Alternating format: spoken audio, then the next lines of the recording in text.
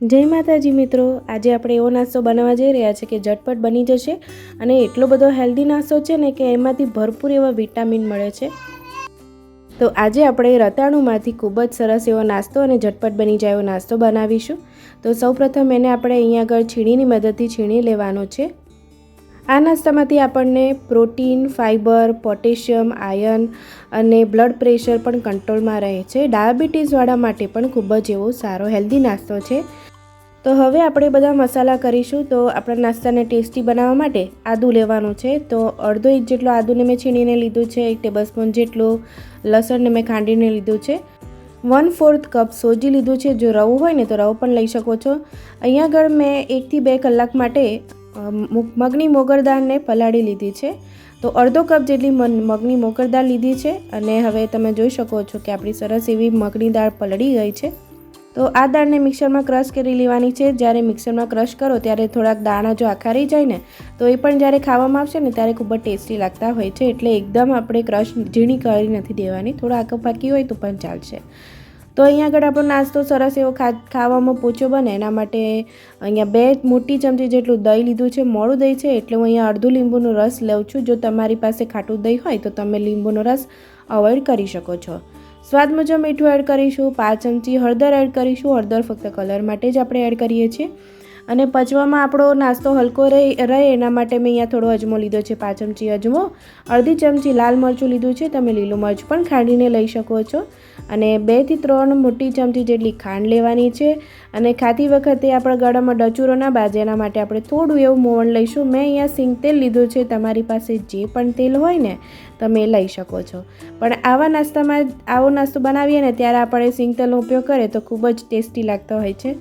તો મોટી 3 ચમચી જેટલો મેં અહીંયા ચોખાનો લોટ લીધો છે કારણ કે આપણો નાસ્તો સરસ એવો ક્રિસ્પી બનશે અને ખાવામાં પણ ટેસ્ટી લાગશે। તો બધું જેવું સરસ આપણે મિક્સ કરી લેવાનું છે અને અહીં મને થોડુંક ડ્રાય લાગે છે ખીરું, એટલે આમાં હું થોડું પાણી પણ એડ કરીશ। તો એના માટે 5 ચમચી અહીંયા મેં ખાવાનો સોડા લીધો છે અને પાણી આપણે અડધો કપ જેટલું અહીંયા પાણીની જરૂર પડી છે મને। તો થોડું પાણી એડ કરતું જવાનું અને મિક્સ કરતું જવાનું એટલે આપણને ખ્યાલ આવે કે આપણને ખીરામાં કેટલું પાણીની જરૂર પડે છે। તો અડધો કપ પાણી એડ કરીને મેં આ રીતે ખીરું તૈયાર કરી લીધું છે। તો બહુ ઢીલું પણ નહીં અને બહુ કઠણ પણ નહીં એવું આ ખીરું તૈયાર કરીશું। અને બીજી બાજુ મેં અહીંયા લોખંડની લોઢી લીધી છે। તો એને મેં ગરમ કરવા મૂકી દીધી હતી અને 3 મોટી ચમચી જેટલું આપણે એની પર ખીરું એડ કરવાનું છે અને એડ કર્યા પછી આપણે સરસ એવો ગોળ શેપ આપી દેવાનો છે। તો ધીમે ધીમે કરીને આપણે સરસ એવો શેપ આપી દેવાનો છે। જો તમને આ નાસ્તો નાનો બનાવવો હોય ને તમે તો 1 જ ચમચી લઈને તમે નાના પણ બનાવી શકો છો। તો બાળકોને નાનું શેપ હોય તો ખૂબ જ ભાવતો હોય છે।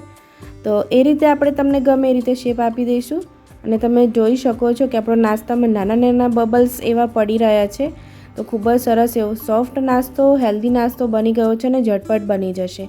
જો તમારે મગની મોગર દાળને પલાળવી હોય, 15 મિનિટમાં નાસ્તો બનાવવો હોય તો ગરમ પાણીમાં તમે પલાળીને પછી પણ બનાવી શકો છો। ઉપરથી થોડા તલ આપણે ભભરાવીશું જેથી ખાવામાં અને દેખાવમાં બંને સરસ લાગે અને 1 ચમચી જેટલું તેલ ઉપરથી આવી રીતે ચોફેર લગાવીને પછી આપણે એક થાળીની મદદથી એને ઢાંકી દઈશું જેથી આપણો નાસ્તો સરસ એવો અંદરથી પણ ચડી જાય અને બહારથી પણ સરસ એવો ક્રિસ્પી બની જાય। તો લગભગ 1 મિનિટ પછી આપણે થાળીને હટાવીને જોઈ લઈશું। જો તમે જોઈ શકો છો કે એની જે ધાર છે ને એ સરસ એવી બ્રાઉન કલરની થઈ ગઈ છે એટલે નીચેથી આપણો નાસ્તો સરસ એવો ચડી ગયો છે। આ ખૂબ જ સારી એવી વેરાયટી છે, તમે એકવાર ચોક્કસ બનાવજો અને મને કમેન્ટમાં ચોક્કસ જણાવજો। હવે આપણે પલટાવી લઈશું અને મિત્રો તમે મારો વિડીયો કયા શહેર અને કયા દેશમાંથી જોઈ રહ્યા છો મને તમે કમેન્ટમાં ચોક્કસ જણાવજો જેથી હું તમને થેન્ક યુ કહી શકું।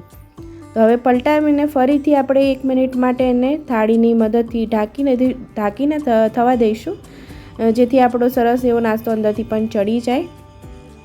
તો આ નાસ્તો બાળકોથી લઈને મોટાઓને ખૂબ જ ભાવશે। જેને રતાળું નથી ભાવતું ને એને પણ આ નાસ્તો તમે આવી રીતે બનાવીને આપશો ને તો ખૂબ જ ભાવશે।